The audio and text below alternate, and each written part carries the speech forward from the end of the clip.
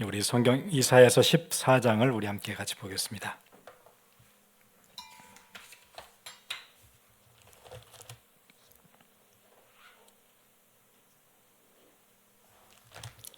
이사야 14장입니다. 12절부터 15절까지 함께 같이 보겠습니다.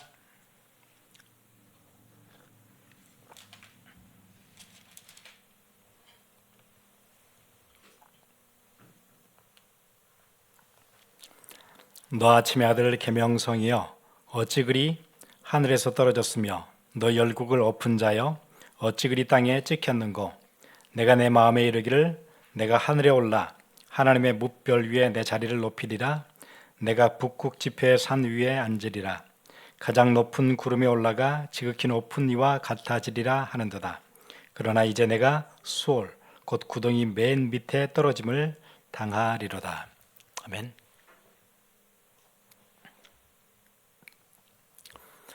요즘 미국과 이란 관계를 보면 서로가 평화를 원하는데 평화를 얻는 방식이 힘을 통해서 얻으려고 하기 때문에 갈수록 복잡해지는 것 같습니다. 그런데 이거는 국제 뉴스가 아니고 사실 우리들 개인들의 이야기이기도 해요. 평화를 다 얻고 싶은데 뭘 통해서 얻으려고 하냐면 경쟁력, 남보다 조금 더 스펙도 더 있고 경험도 좀 더 있고 가진 것도 좀 더 있고 그걸 통해서 내가 평화를 얻으려고 하니까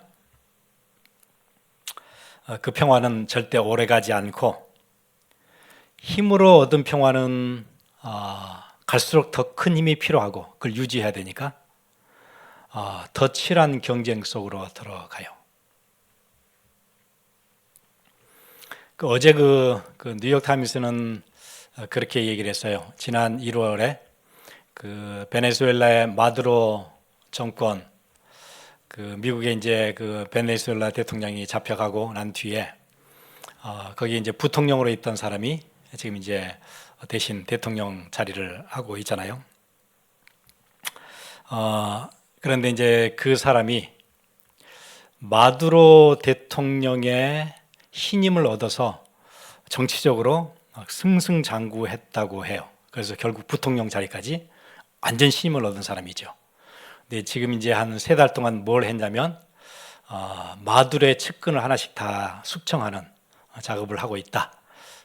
그래서 자기 자리를 이제 견고히 만들고 있다. 그런 얘기를 해요. 이 사람도 이제 이때가 기회다 아마 싶은 거겠죠. 세상은 그렇게 돌아가요. 힘으로 내가 평화를 유지하는.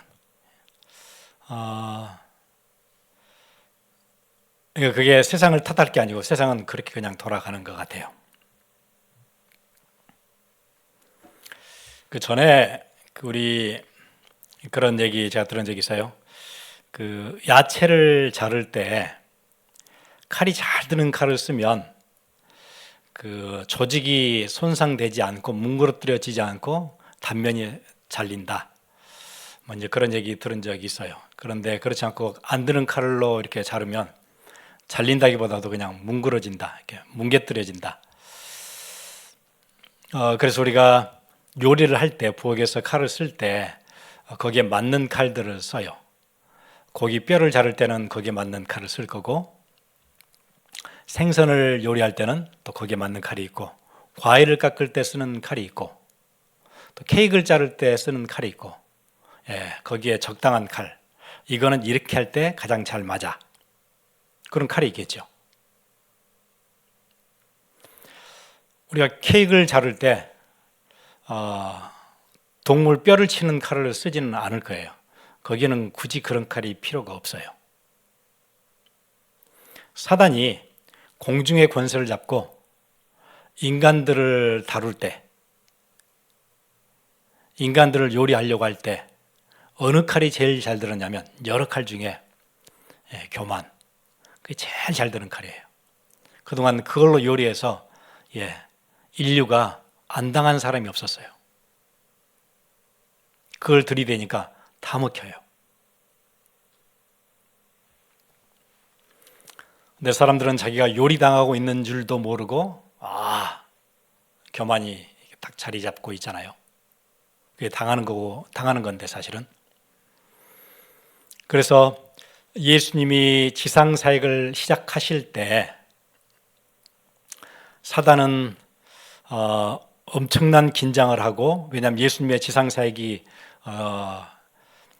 계획대로 성취되어지면 사단의 왕국은 박살이 나기 때문에 이거를 막으려고 예수님이 100% 인성을 가지고 오셨기 때문에, 인간과 똑같이 오셨기 때문에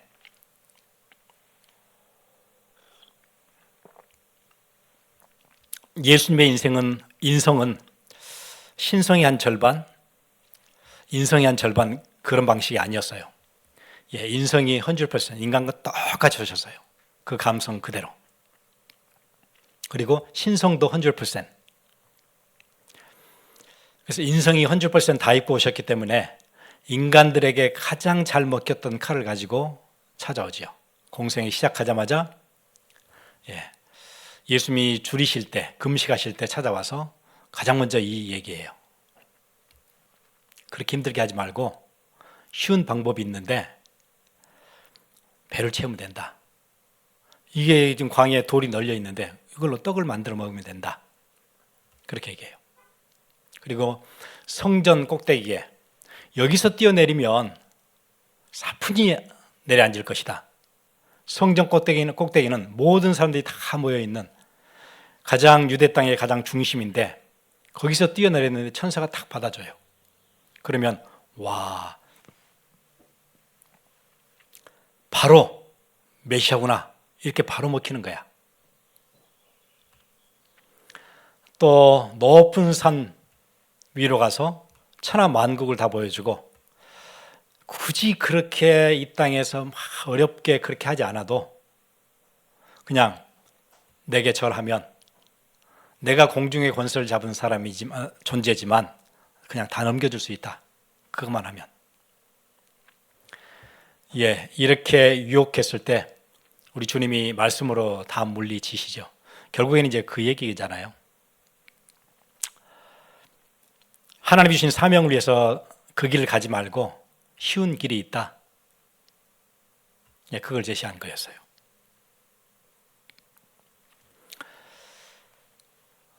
돌로 떡을 만들어 먹으라는 어떤 생존의 인간의 가장 근본적인 욕구, 또 성전에서 뛰어내리라는 어떤 그 명예에 대한 욕구, 또 산 꼭대기에서 천하 만국을 보여주면서 우리에게 주는 어떤 권력이라는 욕구, 다 누구를 채우는 거죠? 나를 채우는 거잖아요.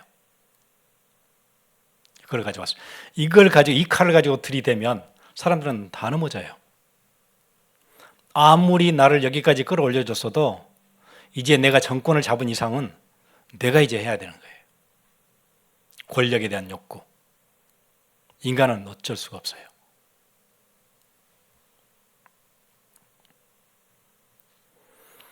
그런데 우리가 몇 주 동안 같이 봤던 것처럼 예수님은 이 땅에 오실 때부터 생애 시작부터 교만을 무너뜨리는 시작을 하셨어요.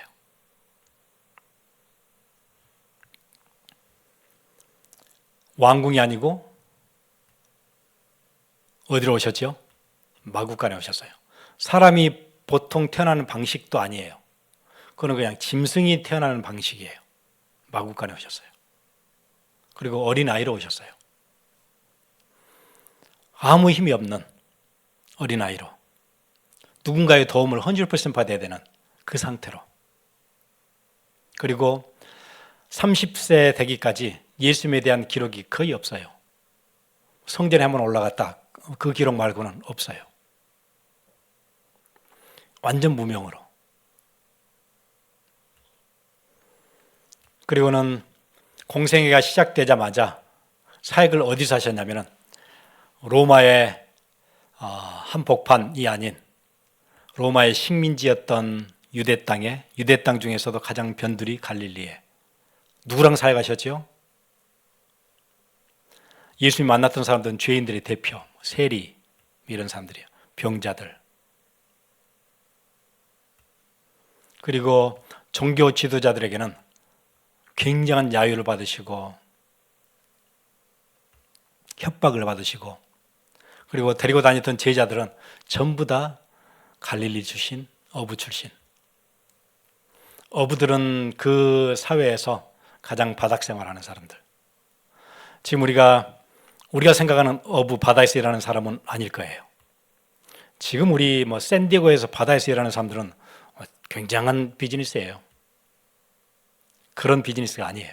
가장 낮은 곳에, 가장 어려운 곳에. 그 중에 하나, 도시에서 온 사람 하나 딱 있었어요. 가론 유다. 그렇게 시작하셨어요. 그리고는 그 기 있는 사역 동안에 일주일 유대 땅의 한 복판 예루살렘에 들어오실 때는 비틀거리는 나귀를 타시고, 그러니까 인생 처음부터 전체가, 그리고 마지막 가장 중요하다는 일주일은 어떻게 보내셨죠?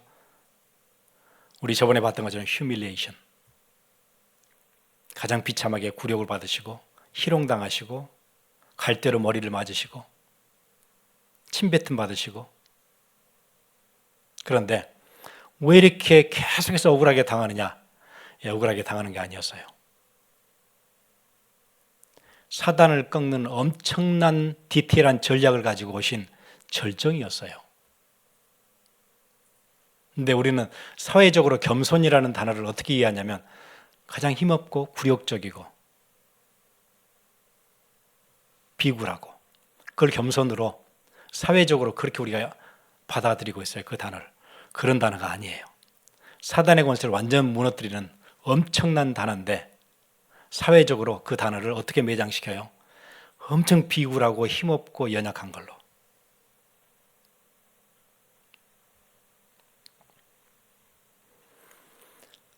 사단의 권세를 무너뜨리는 엄청난 파괴적인 무기였어요, 겸손은. 왜냐하면 교만을 가지고 가면 그렇게 될 거거든요. 여기 15절 보시면 세번역은 그렇게 얘기해요. 그렇게 말하던 내가 수월로 땅 밑 구덩이에도 맨 밑바닥으로 떨어졌구나. 그게 교만이에요. 땅 가장 밑바닥으로 떨어지는 게 교만이에요. 아주 비참한 거예요. 그런데 사회적으로는 정반대로 얘기해요. 겸손은 완전 우리를 높이는 거예요. 그런데 겸손을 가장 낮은 곳으로 내려놨고, 프라이드, 자신감, 이거는 어디까지 올려놨어요? 가장 높은 곳에 올려놨어요. 우리는 그렇게 뒤틀린 사회에서 살고 있어요. 근데 우리는 워낙 많이 들었기 때문에 그게 정상인 걸로 생각해요. 겸손은 힘없는 거고 자신감은 대단한 거고.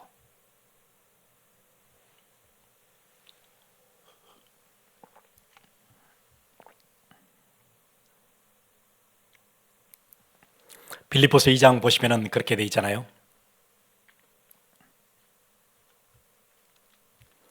너희 안에 이 마음을 품으라 곧 그리스도 예수의 마음이니, 그 얘기를 하면서 2장 1절에는 그렇게 얘기해요.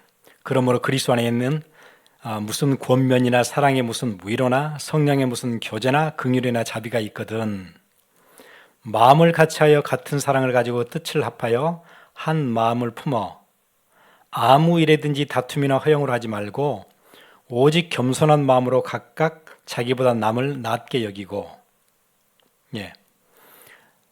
마음을 같이 해야 된다.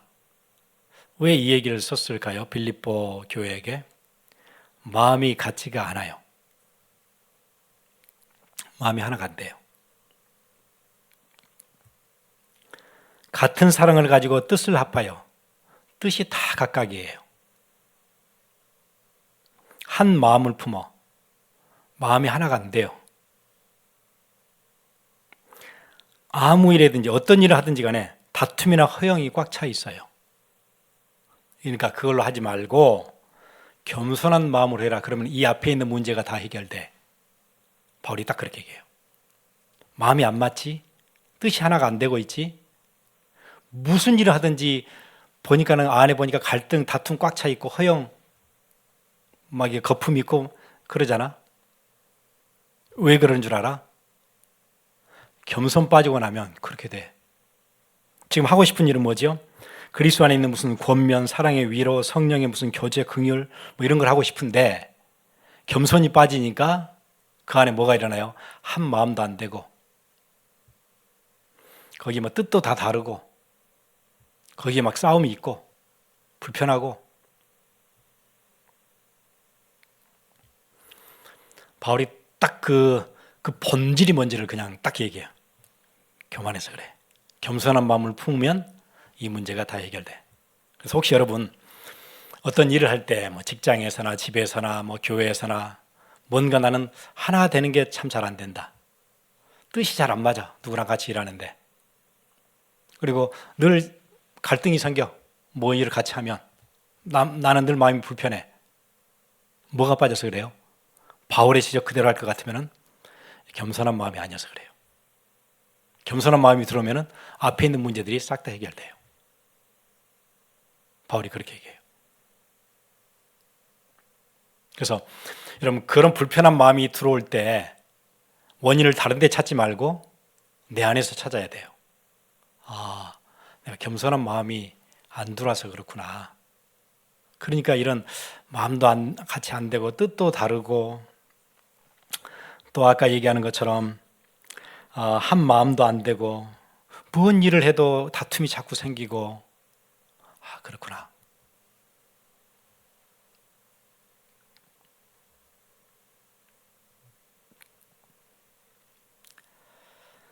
그래서 우리가 이 두 구절 한번 비교를 한번 해보세요.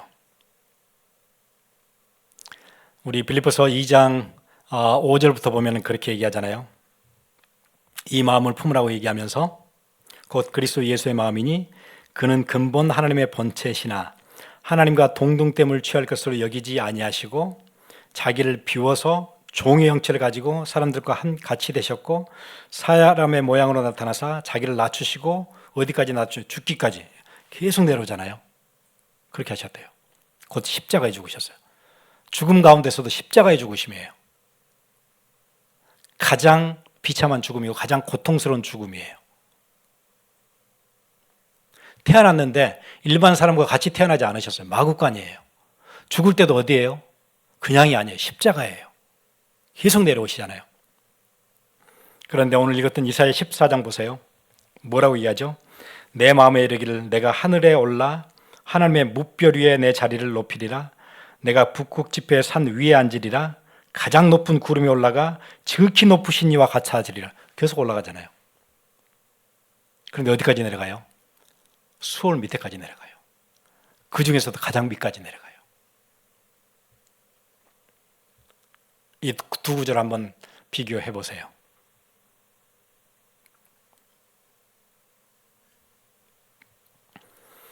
그래서 겸손이 빠지면 공동체가 흔들려요. 그게 작은 공동체든 큰 공동체든 조그마한 가정이든 교회든 내가 일하는 직장이든 친구들 사이든 겸손이 빠지면 공동체가 굉장히 복잡해져요. 그리고 갈등이 생겨요.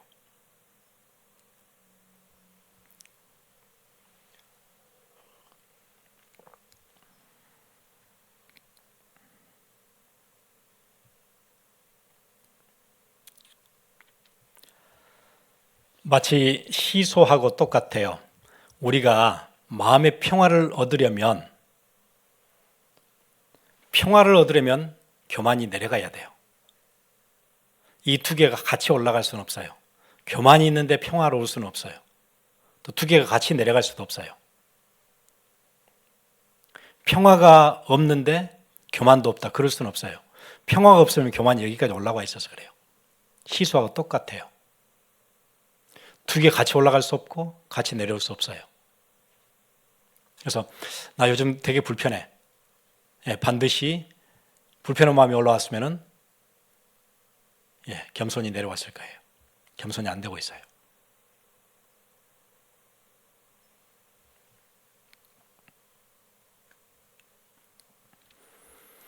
그래서 이게 아주 중요한 영적 싸움인데 내가 복음 때문에 좀 손해를 봤어요. 근데 그게 그렇게 간단한 일이 아니고 사단의 권세가 무너지는 일이에요.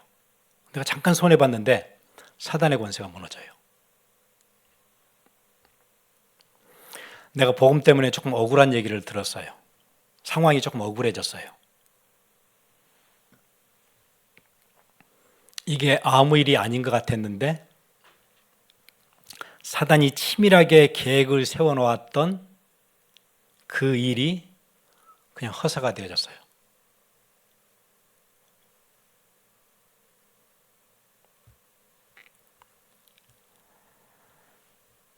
여러분이 나를 조금 드러내지 않으려고 했는데 드러내고 싶은 마음이 막 올라왔는데 드러내지 않으려고 그걸 좀 눌렀어요. 그랬더니 갈등과 미움으로 막 나를 소용돌이 속으로 집어넣으려고 했던 사단의 역사가 발판을 잃어버려서 그냥 그대로 주저앉았어요. 이런 영적인 일들이 그 뒤에 계속해서 일어나요. 내가 조금 내려왔더니. 그래서 그리스도의 마음을 본받는 것은 사단을 이기는 엄청난 파워예요. 영적 싸움 어떻게 할까요? 이렇게 하시면 돼요. 사단을 어떻게 누르지요? 이렇게 누르시면 돼요.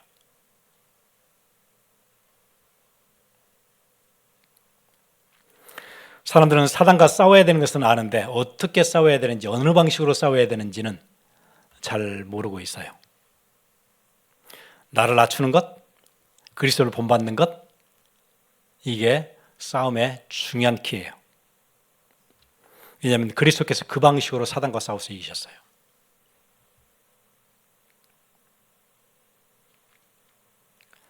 사단은 계속해서 그렇게 얘기할 거예요. 돌로 떡을 만들어 먹어라.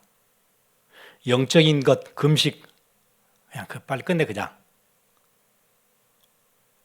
육신적인 것, 바로 만족할 수 있잖아. 금식 끝내고 이거 딱 먹으면은 금방 편안해지잖아. 고통 바로 없어지잖아. 영적인 것 대신 육신적인 것 딱 잡으면은 바로 편안해지잖아. 그래서 영적인 것 대신 육신적인 것 잡도록. 네가 하는 일이 어쩌든지 좀 이렇게 돋보이고 드러나게 만들어 봐.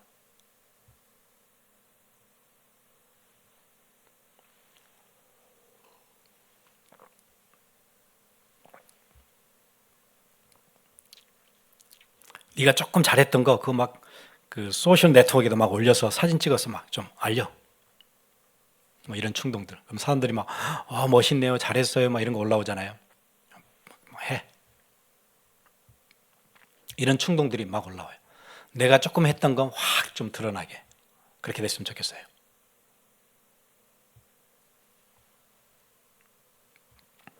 이걸 조금 눌렀더니 사단이 나를 가지고 이렇게 해서 딱 넘어뜨리려 했던 일이 그냥 안 되고 말아요. 엄청난 승리예요. 아무 일이 안 벌어지는 것 같은데 어마어마한 승리가 시작돼요.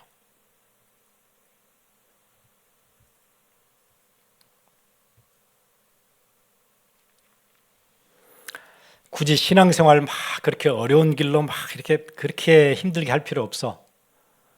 그냥 세상적인 것 그것도 그냥 받아들이고 세상의 원리가 지금 다 그렇게 돌아가는데 친구들 다 교회 다녀도 다 그렇게 살고 다 그렇게 하는데 너도 그냥 그걸 인정하고 현실을 인정하고 받아들이고 그냥 그렇게 살아. 내게 조금만 이렇게 엎드리면 다 줘 그냥.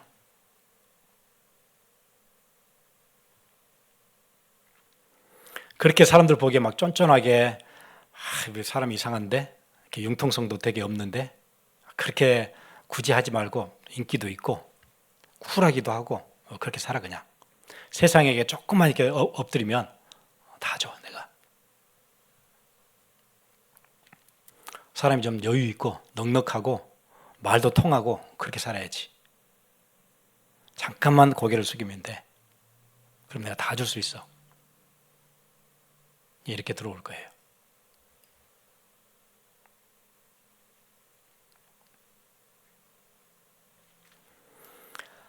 예, 우리 앞에 이번 한 주도 두 개가 있어요.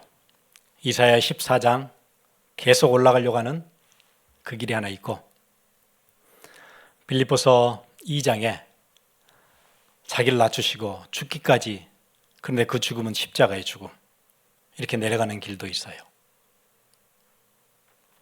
여러분이 어느 길로 갈 것인지는 여러분이 선택을 하셔야 돼요. 오늘 제목을 그래서 그렇게 정했어요.